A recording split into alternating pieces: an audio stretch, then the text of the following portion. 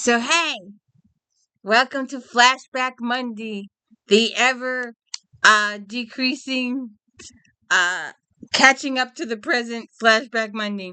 If anybody has any ideas for some future ones, let me know. I may replace it. I'd hate to see it go away. But I may replace it with the ARC. I haven't decided yet. If you haven't seen my ARC extravaganza, oh, please, I had so much fun doing those. Read a second here. Oh no. So sorry. So anyways, welcome to Flashback Monday where we what was that about? There is a ladder over there, you know. Come here. Come here. Come here. We'll move these on the floor. We don't have to leave these up here for you. Come on. Come on, Smoke. My co-host just slipped. Come here. Come here. Come on.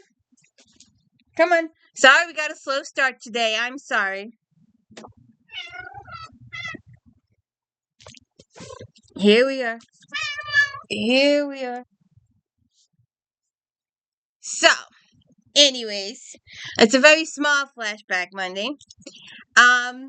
Yes. You want to hear the books? Are you excited to hear the books? Are you excited? Do you want to hear about the books? Are you excited for these stories? One of my Regency authors,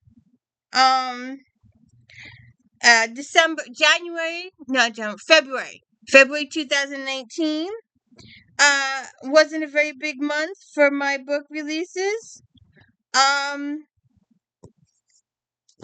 So we've just got a couple. Jenn McKinlay. We like her cozy mysteries. We spent a lot of time with her cozy mysteries. I didn't know she wrote contemporary romances. I just know about her cozy mysteries. Ryder Copeland is an accomplished architect and one heck of a father, not to mention tall and sexy. He's everything a hero should be, and Lord knows Maisie Kelly has read enough of her great Aunt Eloise's romance novels to recognize one when she sees one. But like all fairy tales, Maisie can't help but wonder if Prince Charming is too good to be true. Ryan is drawn to the shy, curly-haired English professor, but he's determined to resist her. As a single dad, he has only time for his daughter, and he wants to give her the best life that has to offer, which means getting out of this tiny town. Just one more job to make ends meet when the rescue of a helpless kitten forces him closest to Maisie. He fears walking away will mean a broken hearts, including his own. No, we don't leave a kitten behind. No, no. We always adopt children. Always adopt your children. Never leave a child behind. Okay. And don't you hate it when they put tape over the... So, then we've got Miss Enoch, my Regency gal pal, over in the other section where she's got an entire shelf. London socialite Amelia Rose Baxter is nobody's fool. Her parents may want her to catch a title, but she will never change who she is for the promise of marriage. Her husband will be a man who can appreciate her sharp mind as well as her body, a sophisticated man who loves life in London, a man who considers her his equal and won't try to tame her wild heart. Rugged, rough Highlander Niall MacTaggart and his brothers know the rules. The eldest must marry or lose the ancestral estate. But Niall's eldest brother just interested in the lady his mother selected. Is it because Amelia Rose is just too free-spirited? Yes, brazen. Surely Niall can find a way to soften up the whip-smart lass and make her the perfect match for the brother for the sake of the family. Yeah. But maybe she doesn't want the brother. Maybe she wants you. I did advanced reader's copy video the other day, a little while ago. And this lady wrote a Regency, or at least it appeared to be a Regency, per the cover. and it sounded a little Regency.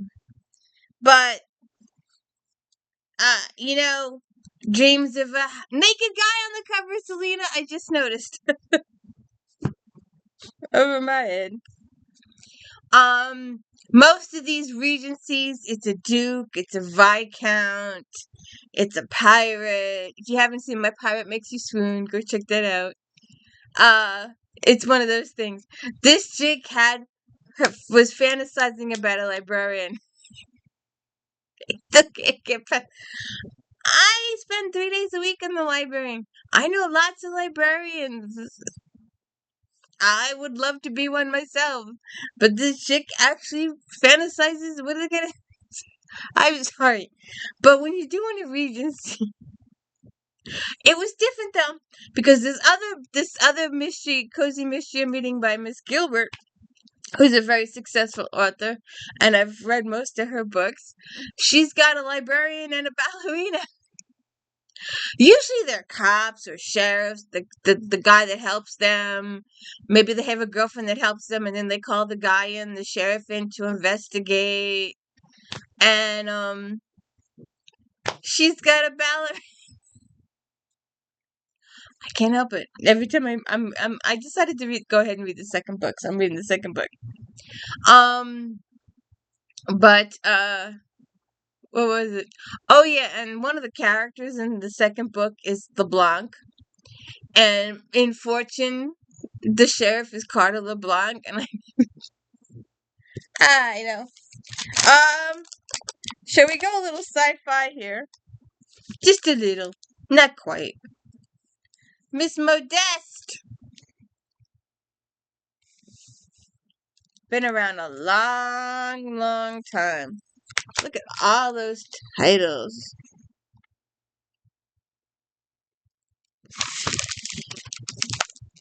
The 12th book of the Imager portfolio. Soldar is in chaos. Charon, the young and untested ruler of Soldar, has survived assassination and struggles to gain control of a realm in the grip of social upheaval, war, and rioting. Soldar cannot be allowed to slide into a chaos that will leave the high holders with their ancient power and privilege, and the common people with nothing. But the stakes are even higher than he realizes. That's a very short, brief thing for a 600-page book. Very brief, very to the point. Another lady that has been around a really, really long time. Miss DEVERAUX. I like the flowers. You like flowers? The small town of Lackland, Florida was rocked last year when 2 bodies were uncovered in the roots of a fallen tree. Despite their lack of investigative experience, Ceridian Miller, her niece Kate, and Jack Wyatt found themselves at the center of the mystery, working together to reveal the truth behind a decades-old secret in the sleepy town. After a narrow escape, they vowed to never again involve themselves in something so dangerous until Janet Beeson is murdered. When Janet's body is discovered, everyone is shocked by the violence of the attack. The sweet little old woman has been shot, stabbed, and poisoned, but no one can imagine who would want to harm one of the town's kindest, most helpful residents. Sarah, Kate, and Jack are determined to leave this case to the professionals, but they are soon bombarded by townspeople eager to tell their stories and clear their names with the trio who solved the Morris murders. Even the sheriff is hoping they'll lend their skills to a crime that seems to have no explanation and no motive. What do you think?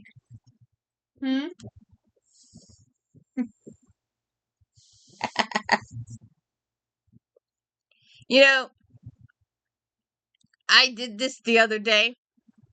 She sat down with her back to me. Obviously, she was unhappy with me for some reason.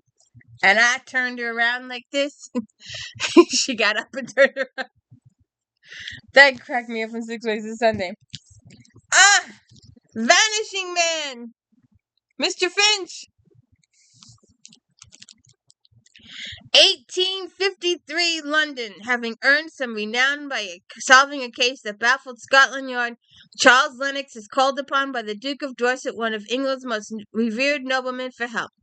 A painting of the Duke's great-grandfather has been stolen from his private study, but the Duke's concern is not for his ancestor's portrait. Hiding in plain sight nearby is another painting of indefinitely more value, one that holds the key to one of the country's most famous and best-kept secrets. Dorset believes the thieves took the wrong painting and may return when they realize their error. When he fears results in murder, Lennox must act quickly to unravel the mystery behind both paintings before tragedy can strike again. As the Dorset family closes ranks to protect its reputation, Lennox uncovers a dark secret that could expose them to the unimaginable scandal and reveals the existence of an artifact priceless beyond measure, for which the family is willing to risk anything to keep hidden. That sounds good. Shall we try it? Shall we try it? Will it show up one day? Shall we try it? We might try it. Let's see, which... Lord! There's a whole bunch! I wonder how many of those books still are print today. We'll have to go look. You want to go look?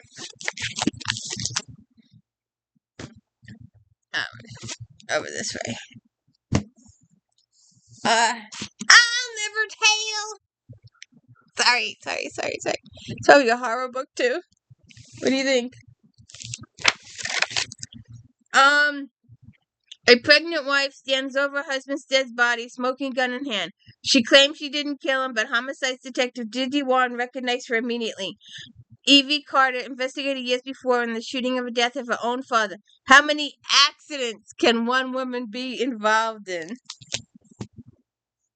You know, if you see a dead body, don't pick up the murder weapon.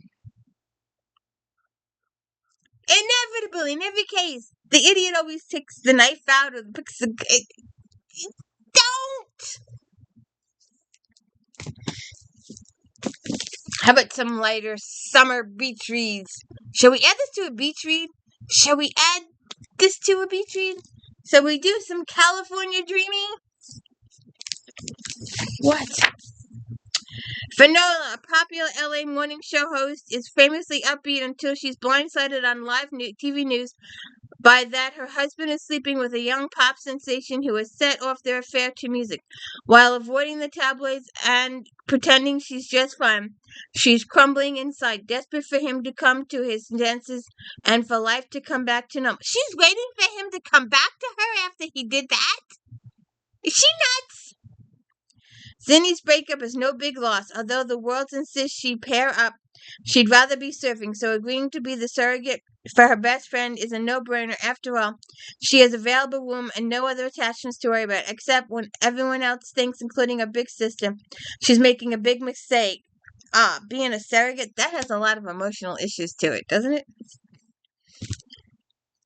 Tell that to Brit on General Hospital. Jonathan Kellerman, the wedding guest. Who was it? Miss Foley.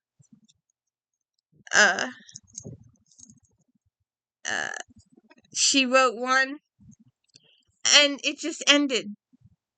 I read it out of curiosity, and the book just ended. There was no actual conclusion. She just stopped writing. It's like, huh? So when anybody buys one of her books, I'm like, it just ends. She doesn't conclude anything. It just ends. I don't know why. But Mr. Kellerman doesn't do that. He ends it. So the wedding guest.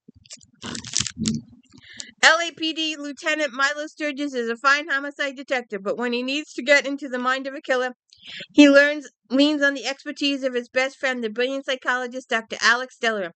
Where Sturgis has a knack for piecing together the details of a crime, Delaware can cipher the darkest intent, driving the most vicious of perpetrators. And there's no better place for the doctor's analytic skills to shine than a rowdy hall full of young men and women intoxicated on life and lust, and suddenly faced with the specter of death.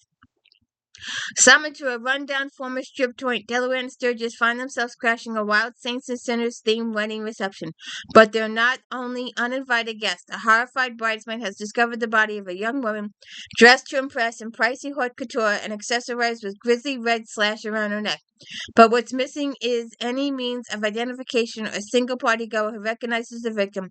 The baffled bride is convinced the stranger snuck in to sabotage the big day, but the groom is sure it's all a deadly mistake. Ah, what is he hiding? Alright. How about some chocolate?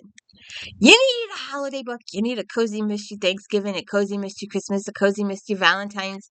Come to Miss Fluke, Miss Meir, and Miss Crawford. They will give you all of that. And I did buy some chocolate. I did buy some Jell-O pudding mix.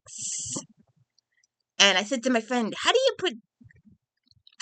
put pudding in a cake? And she was like, she described this intricate method. I'm like, screw it. I'm just going to go to the store. And then I was like, well, wait a second. I don't need the calories. I'll just have the pudding. But I forgot the Cool Whip. Oh, screw that. I gotta wait. I can't eat it till I get the Cool Whip. When the cookie jar becomes the setting of a star-studded TV special about movies filmed in Minnesota, Hannah hopes to shine the light on her bakery, not the unsavory scandal swirling around her personal life. But that's practically impossible with a disturbing visit from the shifty character that she once believed was her one and only love. A group of bodyguards follows her every move and a murder victim in her bedroom. Now swapping the crime scene in her condo for her mother Dolores' penthouse, Hannah and an old flame team up to solve the case that's messier than an upended chocolate cream pie.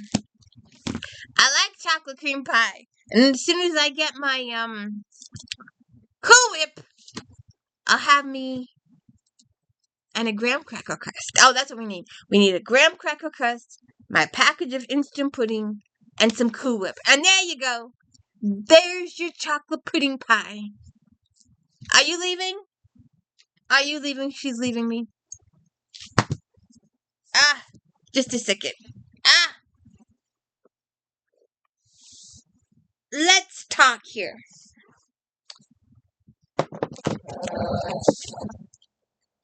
So, let's talk. So, these last... if you haven't seen my video of the skin map, watch my video of the skin map. There's 4 of them, I think. And you can watch me itch and bitch and complain that the books go this way.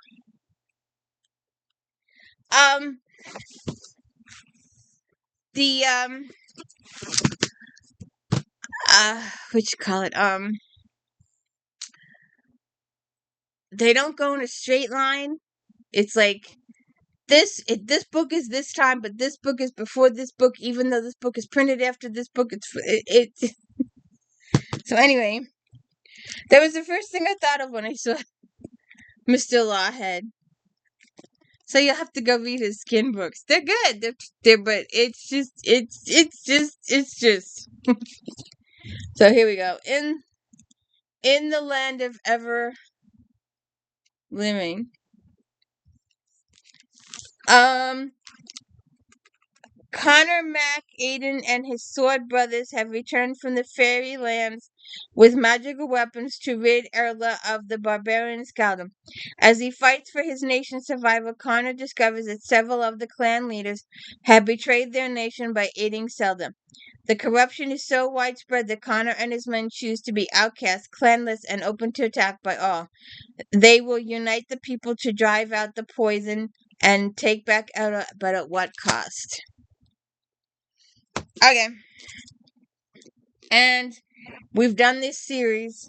We've done the Haven Rock. So, go check out those videos, because we've done those. And, we have this one. Watcher in the Woods.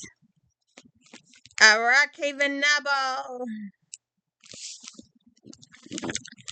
The secret of Rocktown has some rocky times lately. Understandable considering its mix of criminals and victims fleeing society for refuge within its Yukon borders.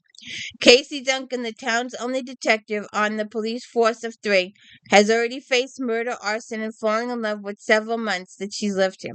Yet she didn't think it would be possible for an outsider to locate the town and cause trouble in the place she's come to call home. When a U.S. Marshal shows up demanding the release of one of the residents but won't say who, Casey and her boyfriend, Sheriff Eric Dalton, are skeptical.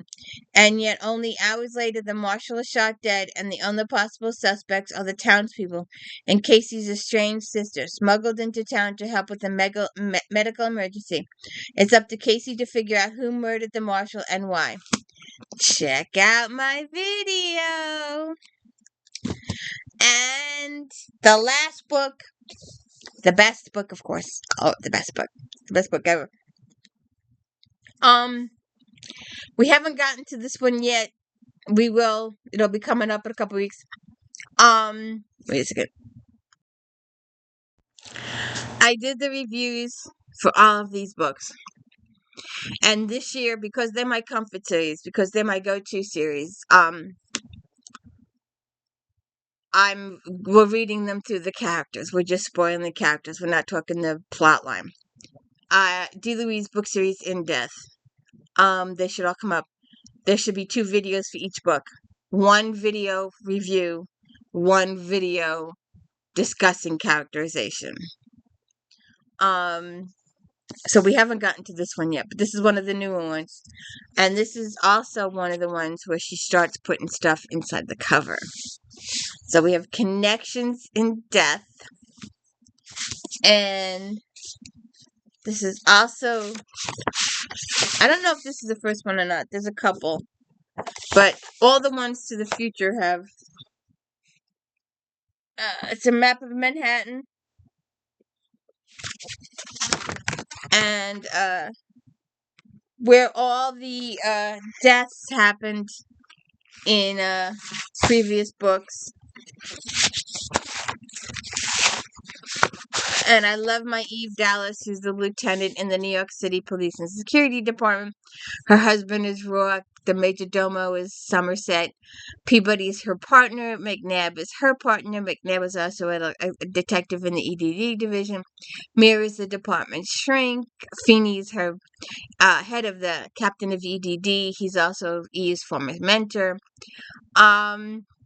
Nadine is our reporter. By this point, I think she's won the Oscar. I'm not sure if she's won the Oscar yet or going to win the Oscar. It's a lot, but the book has come out. They're making the movie. She's got the next book. I don't know if they've done Red Horses happened yet. I'm gonna have to see. But we're working our way through the books, talking about characters every Saturday, so do them. And don't forget my unboxing on Sundays. And I haven't decided what day the ARC is going to run, but we'll see what happens. But anyway, our last book for February 2019, Connections in Death. Homicide cop Eve Dallas and her husband Rourke are putting a portion of their billions toward building a brand new school and youth shelter. Both Eve and Rourke know all too well the hard life can lead toward dangerous crossroads, and with this new project, they hope to nudge a few more of them onto the right path. Oh! This is Crack's book! This is Crack's book! But you don't know who Crack is. Hey, white girl! You gotta listen to the audiobooks. For expert help, they've hired a talented and passionate child psychologist, Dr. Rochelle Pickering, whose brother pulled himself out of spiraled addiction and crime with Rochelle's support. Lyle is living with Rochelle temporarily while he gets his life together, and he's thrilled for his sister when she tells him about Rourke's job offer. Within hours, triumph is followed by tragedy. Returning from a celebration with her boyfriend, Rochelle leaves Lyle's dead with the syringe in his lap. Eve's investigation quickly confirms that this wasn't another OD. After all his work to get clean, Lyle has been pumped full of poison, and a neighbor with the people reports seeing a scruffy pink-haired girl fleeing the scene. Now it's up to Rourke and Eve and the gang to solve the case. And Miss Pickering's boyfriend is Crack, the owner of the I think it's the Down and Dirty. I'm not no. Maybe it is the Down and Dirty. But anyways, the Crack has been seen in quite a few books. He's a supporting character. His baby sister got murdered, and that's how Eve and them met. And now they will help. He calls them in to solve her brother's, Miss Pickering's brother's case. I just love these books. I could talk about them forever. So, that is Flashback Monday for 2018. If anybody has any ideas for future ones, like I said, I may change it to ARC Day. I'm not sure. I had such a good time the other day with those books. If you haven't watched ARC Extravaganza Episode 1, go watch it. My friend said sometimes she couldn't understand why I was laughing at, but it was I was reading the stories, and it was like a new release thing with the pictures and talking about the blurbs and my thoughts on the book.